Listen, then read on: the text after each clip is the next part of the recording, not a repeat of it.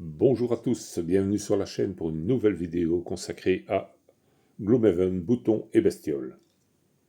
Alors, on va faire une espèce de vidéo règle, mais je vais surtout vous expliquer les différentes parties du jeu et comment les appréhender. Alors, le jeu, vous pouvez le diviser en 3 parties. Vous avez d'abord la partie qui concerne les règles, les missions et l'aide de jeu. Vous avez ensuite la partie qui concerne vos personnages, à savoir les 6 personnages disponibles dans la boîte. Et enfin, vous avez la partie concernant les ennemis. Nous allons les appréhender une à une, et vous allez voir que c'est beaucoup plus simple qu'il n'y paraît. Bon, d'abord, on va commencer par le livre de règles. Le livre de règles, il est assez simple. Vous avez des explications de base pour les règles, et à la suite, vous avez une mise, le pied à l'étrier, je vais dire, pour vous accompagner dans la première quête du jeu, et ainsi vous donner le mouvement. Dans le fond, Gloomhaven, c'est assez répétitif. Après, vous avez l'aide de jeu, qui est, je dois dire, particulièrement bien faite. Vous avez l'essentiel, pour ne pas dire la totalité de ce qui est comme iconographie dans le jeu, et donc qui vous simplifie grandement la tâche quand vous avez une hésitation. Et enfin, vous avez ce qu'on pourrait appeler le livre des missions. Je dis le livre des missions, bon, ils appellent ça le paquet scénario, mais pourquoi ? Parce que ça fonctionne un peu comme un livre. Vous avez la couverture, vous avez ce qui pourrait, allez, je vais dire, s'apparenter un petit peu à une préface, et après vous attaquez les missions proprement parlées. Alors, comment ça se compose, une mission ? C'est tout simple, vous avez donc le scénario. Il est marqué donc le numéro du scénario, un accueil brutal, vous avez le niveau du scénario, ici on est au niveau 1 forcément puisqu'on débute, vous avez le petit fleuve qui va avec le scénario que vous êtes en train de faire, ensuite vous avez les ennemis auxquels vous aurez à faire face, ici il s'agit de garde-bandits, et le but, vaincre tous les monstres. Vous voyez, tout est expliqué. Quand vous avez réussi la mission, vous lisez cette partie-ci qui vous entraîne vers la deuxième mission. La deuxième mission, elle est derrière, vous voyez, c'est toujours un niveau 1, puis un niveau 2. Vous voyez, le niveau ne correspond pas forcément au chiffre. Alors ici, vous avez 2.5, c'est parce que ce sont les 4 missions supplémentaires qui sont dans la boîte que j'ai achetée en précommande. Je ne sais pas si elles seront dans les boîtes futures si vous achetez par la suite le jeu, mais en tout cas, dans les boîtes de précommande, elles y étaient. Donc, il y a 4 missions en plus et que vous devez intercaler. C'est la 2.5, vous voyez, et puis c'est 3. Après, vous seriez directement à 3, mais on est déjà au niveau 2, vous voyez. Les niveaux ne correspondent pas, bien entendu, aux numéros qui sont indiqués au numéro de mission. Ce n'est pas parce que vous êtes à la mission 5 que vous êtes au niveau 5. Pour arriver au niveau 5, il faut être pratiquement au bout. Alors, que comptent les cartes de mission ? Vous avez d'abord l'explication de la mission, comme je vous ai dit, les adversaires que vous allez rencontrer, le but de la mission, le niveau où vous vous trouvez qui est important par la suite pour les cartes dont vous pouvez disposer pendant votre partie, les cartes avec vos déplacements et attaques que vous pouvez utiliser pendant la partie. Vous avez les scénarios. Le numéro du scénario compte pour les objets que vous pourrez utiliser dans la partie. Et enfin, les cartes elles-mêmes représentent les objets. Vous avez un objet, donc ici, vous voyez, coutelas épine de rose. Si vous le retournez, il y en a un deuxième de l'autre côté. Crochet venimeux. Ce sont des choses que vous pourrez utiliser pendant le cours de la partie, mais ça, je vous l'expliquerai au moment venu. Alors, ces cartes-là sont disponibles à certains moments du jeu, et je vous l'expliquerai également le moment venu. Donc, vous voyez, vous avez tout votre scénario qui est là. Après, quand vous avez lu donc le scénario, le but et ce qu'il faut mettre, vous vous retournez et vous avez votre plateau de jeu. Le plateau de jeu se compose d'hexagones libres que vous parcourez librement. Les hexagones verts qui sont des objets qui se trouvent sur place et qui sont infranchissables, sauf si vous avez l'option saut dans vos déplacements, vous pouvez sauter alors par-dessus, mais dans aucun cas vous ne pouvez atterrir sur un objet, enfin sur un emplacement vert. Ça c'est rédhibitoire, vous devez passer au-dessus si vous avez la faculté de faire un saut, ou sinon vous devez les contourner. Les cases rouges, elles, par contre, ce sont des pièges. Vous pouvez passer dessus, mais vous perdez automatiquement un point. C'est renseigné d'ailleurs. Vous perdez automatiquement un point. Alors, vous pouvez y passer volontairement si vous êtes intéressé de faire le déplacement plus rapide pour une raison X ou Y. Vous pouvez aussi être poussé, car certaines attaques provoquent une poussée, ce qui vous mettrait éventuellement dans le piège et vous ferait perdre un point de plus. Voilà, donc ça c'est les différentes possibilités. Vous pouvez également sauter au-dessus des pièges, vous pouvez sauter au-dessus d'un adversaire du moment que vous avez l'option saut sur vos déplacements. Voilà, donc ça c'est la carte avec le plateau de jeu. Quand vous avez fini l'émission, le livre de règles se transforme en objet. À la première mission, vous n'avez le droit à aucun objet, donc le problème ne se pose pas. À la deuxième mission, vous avez le droit à des objets. Dans le fluff de résultats, on vous explique que vous devez lire la carte du collectionneur. Le collectionneur vous explique tout un système, tout un flux, je veux dire, d'aventures et vous dit que vous disposez maintenant des objets. Alors, vous avez 6 objets disponibles, 3 de chaque côté des cartes, et vous devez en choisir un. Pourquoi un? Je vous explique. Quand vous êtes à la mission numéro 1, en fait, pour acquérir un objet, vous prenez le numéro de la mission, divisé par 2, arrondi au supérieur. 1 divisé par 2, ça fait un demi, arrondi au supérieur, ça fait 1. Vous pouvez choisir un objet parmi les 6 qui sont là. Je vous expliquerai après comment les mettre, mais là, vous savez déjà qu'une fois que vous avez réussi la première mission, donc quand vous faites la première mission, pas d'objet. Quand vous avez réussi la première mission, vous pouvez choisir parmi les 6 objets disponibles, donc à savoir les 2 objets de la couverture, les 2 objets de la mission 1 que vous venez de réussir, et les 2 objets du collectionneur qui vous les propose au moment où. C'est pour vous laisser un choix en fait conséquent. Après votre première mission, vous avez quand même un petit choix d'objets que vous choisissez qui peuvent vous aider pendant la campagne. Voilà. Plus vous allez évoluer, plus vous avez le droit à des objets. Bon, quand vous avez réussi la mission 2, 2 divisé par 1, ça fait 1 fois 2, arrondi au supérieur, ça fait toujours 1, vous avez toujours le droit à un objet, mais quand vous êtes à 3, 3 divisé par 2, ça fait 1,5, arrondi au supérieur, ça fait 2. Donc à partir de la 3e mission, vous pourrez choisir un 2e objet. C'est aussi simple que ça. Mais attention, on parle bien de mission, pas de niveau. Hein. Les niveaux n'ont rien à voir avec les objets. Voilà. Donc, bien entendu, vous allez parcourir comme ça tout le jeu, jusqu'au bout. Et quand vous arrivez au bout, vous avez gagné. Alors moi, j'ai une petite astuce quand je joue pour ne pas perdre le fil de mes parties et pas devoir... je prends le collectionneur et je le glisse toujours entre la mission que je viens de réussir et l'autre. En l'occurrence, je fais 2 missions depuis que j'ai le jeu. Donc j'ai glissé le collectionneur ici. Je suis à la porte du niveau 2. Voilà. Comme ça, vous avez donc l'aperçu de ce que compte ce paquet pour l'émission. Après, pour jouer, il vous faut avoir un personnage et bien entendu le faire évoluer. Vous avez le choix entre 6 personnages de 3 difficultés différentes. Les difficultés sont mentionnées au verso. Difficulté de base, vous avez celui qui est recommandé pour commencer, à savoir la brute, qui est une difficulté de base. Vous en avez 2 autres, la crapule et le cœur de roche.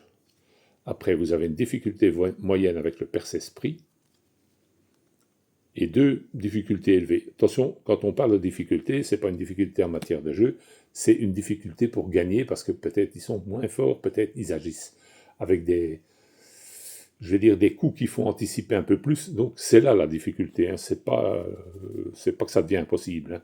Mais bon, si vous achetez le jeu, vous entraînez avec les 3 de base Et après, vous verrez bien, hein, quand vous vous sentez prêt, vous pouvez attaquer le jeu avec les autres. Et croyez-moi qu'au vu du nombre de missions possibles et tout ça, vous avez de la rejouabilité. Il n'y a pas de souci de ce côté-là. Alors, pour commencer, donc, vous choisissez votre personnage. Dans ce cas-ci, on va dire la brute. Hein. Ça n'a pas grande importance, c'est pour dire le. Comme c'est celui qu'on vous demande à la base. Alors, sur la carte de la brute, vous avez les explications suivantes. D'abord, en fonction du niveau qui se trouve ici, donc 1, 2, 3, 4, 5 niveaux, le nombre de points de vie qu'il dispose. Donc vous voyez que ça varie. Plus les niveaux augmentent, plus les points de vie augmentent, forcément, plus la difficulté augmente aussi par rapport à vos adversaires. Donc c'est logique. Qu'est-ce que vous avez comme renseignement? Vous avez, je vais dire, allez, les armoiries de votre homme qui sont reprises sur toutes les cartes qui le concernent. Ensuite, donc, vous avez au-dessus vos cartes actives que vous aurez dans la main pendant le jeu. C'est par exemple des boucliers que vous pouvez installer là pour les avoir plusieurs tours d'affilée. Mais ça, je vous l'expliquerai avec les cartes. Vous avez ici les cartes perdues, ce sont celles qui sont défaussées et qui sont finies jusqu'à la fin de la partie. Vous ne pouvez plus les utiliser. Vous avez votre défausse qui, elle, peut être récupérée avec des repos. Un repos long ou un repos court. Et ici, les objets. Les fameux objets qui sont sur les cartes que je vous ai montrées ici, que vous choisissez. Voilà, je vais en prendre une pour vous montrer un petit peu. Que vous choisissez et que vous glissez comme ça par en dessous. Comme ça, vous savez que vous avez, par exemple, casque dé à coudre, voilà. Quand vous l'avez utilisé, vous voyez le cible ici sur le côté. Vous pouvez l'utiliser qu'une seule fois par partie et le recoucher. Dans certains cas de figure, je crois qu'avec un repos long, vous pouvez la redresser. Si je ne m'abuse, je pense qu'avec un repos long, vous pouvez le faire. Mais ça, c'est marqué dans le livre de règles de toute façon. Donc, vous voyez, c'est à ça que ça sert, c'est comme ça que ça fonctionne. Voilà. Donc, ça, ce sont les premières parties de ce que vous avez sur votre personnage. Quand vous retournez votre personnage, bon, vous avez un petit fleuve concernant le personnage en question, vous avez les cartes d'action, pardon, excusez-moi, vous avez les cartes d'action que vous pouvez utiliser quand vous débutez la partie. Enfin, que vous devez utiliser même. Ceci, c'est pour plus tard. Mais ce sont les 8 cartes dont dispose la brute pour jouer. Alors, je vais vous montrer les 8 cartes, puisque ça fait partie, vous voyez, toujours le logo, les armoiries, on va dire, de votre homme. Les 8 cartes de la brute, ben, elles sont ici. Voilà, vous avez les 8 cartes qui sont là. Ça, ce sont les 8 cartes inhérentes à la brute. Vous voyez, les armoiries ici ne sont pas les mêmes. Hop, les armoiries de la brute, elles sont là. Elles sont bien représentées. Ce n'est pas le même type d'armoirie. Et elles sont ici en dessous, en plus petit, ici au milieu. Mais vous voyez, il s'agit bien des armoiries de la brute. Là, c'est un autre personnage, malgré que ça ressemble un peu. Mais ce n'est pas lui. Voilà. Vous voyez, je vais mettre celui-ci, voilà, comme ça c'est plus parlant, on va dire. Bien, donc les 8 cartes que vous avez de votre personnage sont ici. Dans les 8 cartes, il y en a 2 déjà qui ne servent pas au départ, puisque ce sont les niveaux, votre compteur qui est ici, de modificateur de combat, qui va changer, plus vous évoluez, plus vous avez de facilité, donc votre modificateur va changer. Ça, vous devrez mettre donc, quand vous êtes au niveau 2, vous devrez placer le niveau 2 à la place du 1, qui est ici. Le 1 est universel aux 6 personnages. Et après, ce sont des cartes individuelles qui augmentent, mais qui sont propres aux personnages utilisés. Voilà, donc vous avez le 2, le 3, si je ne m'abuse derrière, oui c'est ça, le 3, puis le 4 et le 5. Les 5 niveaux du jeu, puisque dans Gloomhaven Bouton et Bestiole, il n'y a que 5 niveaux.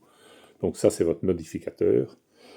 Comment ça fonctionne, le modificateur? Ben, je vous l'explique après. Je vais continuer d'abord avec les cartes. Donc, les cartes, vous avez ces deux-ci. Donc, dans un premier temps, elles ne servent pas puisqu'elles servent au niveau.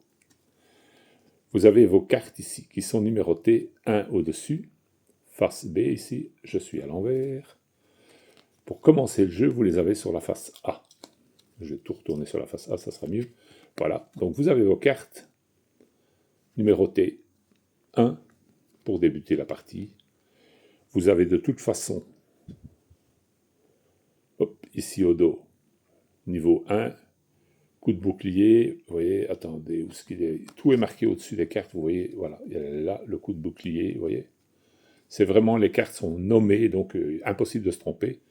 Vous prenez les cartes qui sont là pour le niveau 1 du début du jeu, et il n'y a pas de souci, quoi, hein, vous ne savez pas vous tromper. Alors, donc vous avez ces 4 cartes qui sont à utiliser sur le niveau 1 quand vous débutez la partie.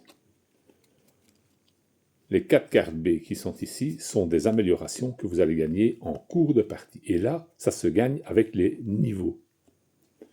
Plus vous évoluez jusqu'au niveau 5, donc au niveau 1, vous avez vos 4 cartes de base, hop, ici. Au niveau 2, vous pouvez rajouter, enfin échanger une carte ici avec une autre.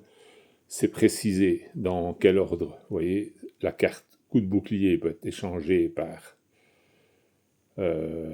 phalange inébranlable, ou alors dague cachée par crochet de chaîne, et ainsi de suite. Crochet et chaîne, pardon. Et ainsi de suite. Force brutale. Voilà. Ce sont les cartes qui sont échangées. Il y a une flèche qui montre bien que la carte que vous échangez, c'est avec celle du niveau 2 qui correspond. Il y a les petites flèches qui sont là. Voilà. Ça signifie que vous changez comme ça. Alors, comment ça fonctionne? Vous êtes au premier niveau, vous avez le droit à changer une de vos cartes contre une autre. Une amélioration. Au deuxième niveau, pardon, pas au premier. Au premier, vous avez vos 4 cartes, c'est moi qui me trompe. Voilà, 4 cartes du premier niveau. Au deuxième niveau, vous pouvez prendre une carte et l'échanger. Au troisième niveau, 2 cartes. Au quatrième niveau, 3 cartes. Et au cinquième niveau, 4 cartes. Voilà, vous pouvez échanger les 4 cartes. Je dis bien, vous pouvez. Vous n'êtes jamais obligé de prendre une carte.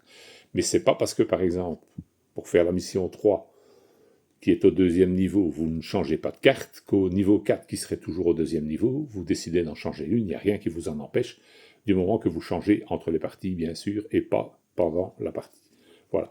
Donc, vous avez l'aspect déjà pour ça, donc vous savez que les niveaux, c'est l'amélioration de vos cartes, alors que les missions, c'est les objets disponibles. Jusque-là, voilà. Alors, donc, vous allez vous retrouver avec votre carte personnage, vos 4 cartes de niveau 1, c'est le tas, évidemment.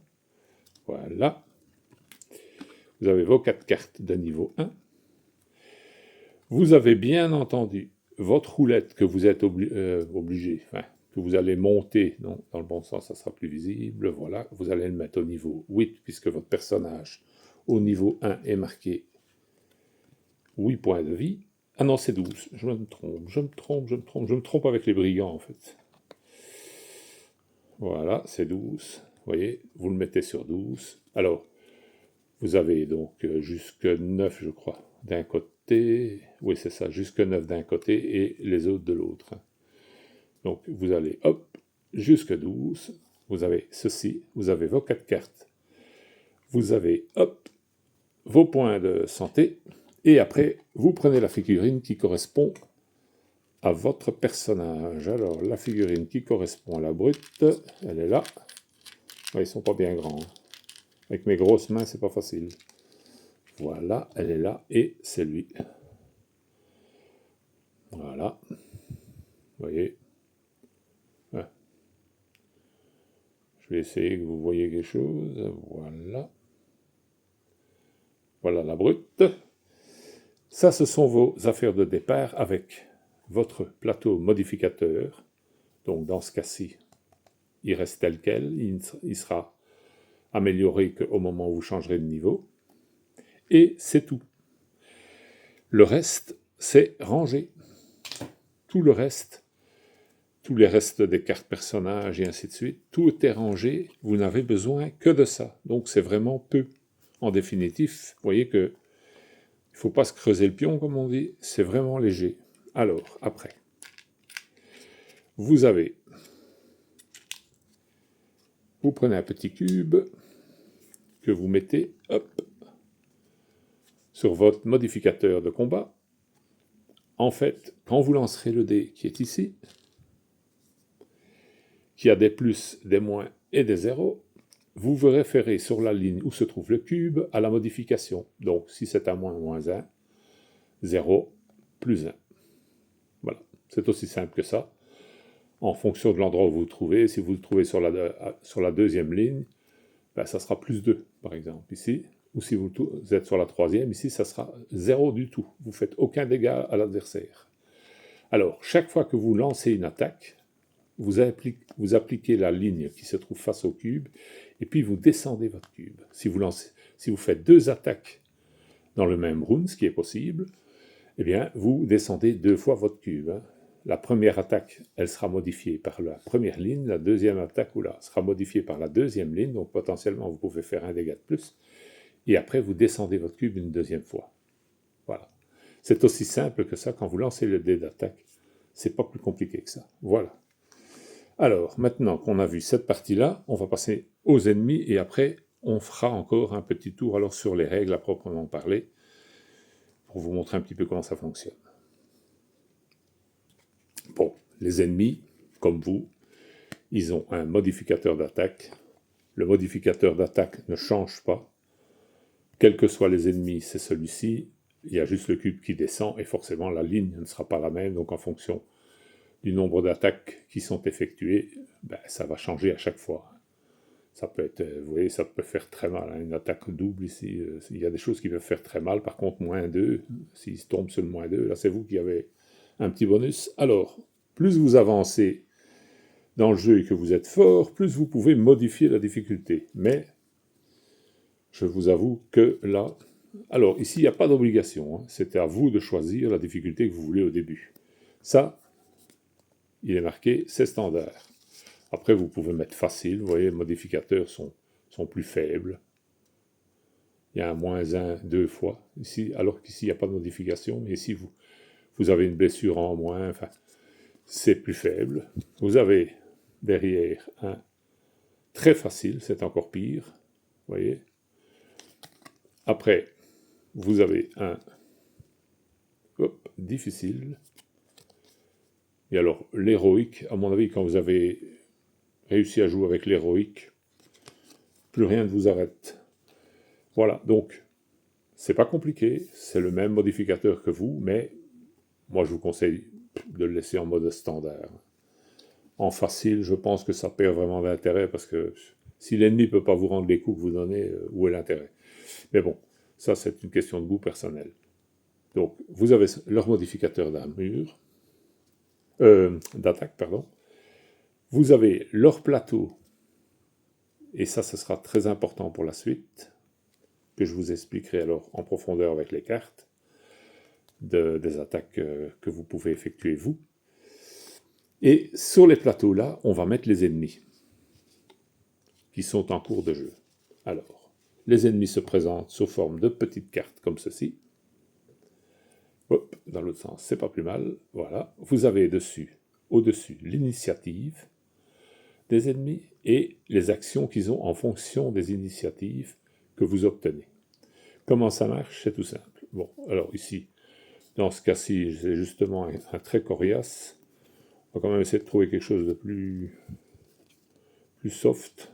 Enfin, ça n'a pas grand intérêt, hein, mais bon, vous allez me dire, mais on va faire comme ça, on va mettre ça. On va pas se compliquer la vie. Hop, voilà. Donc vous avez la carte qui sert de support à votre petite carte avec votre ennemi.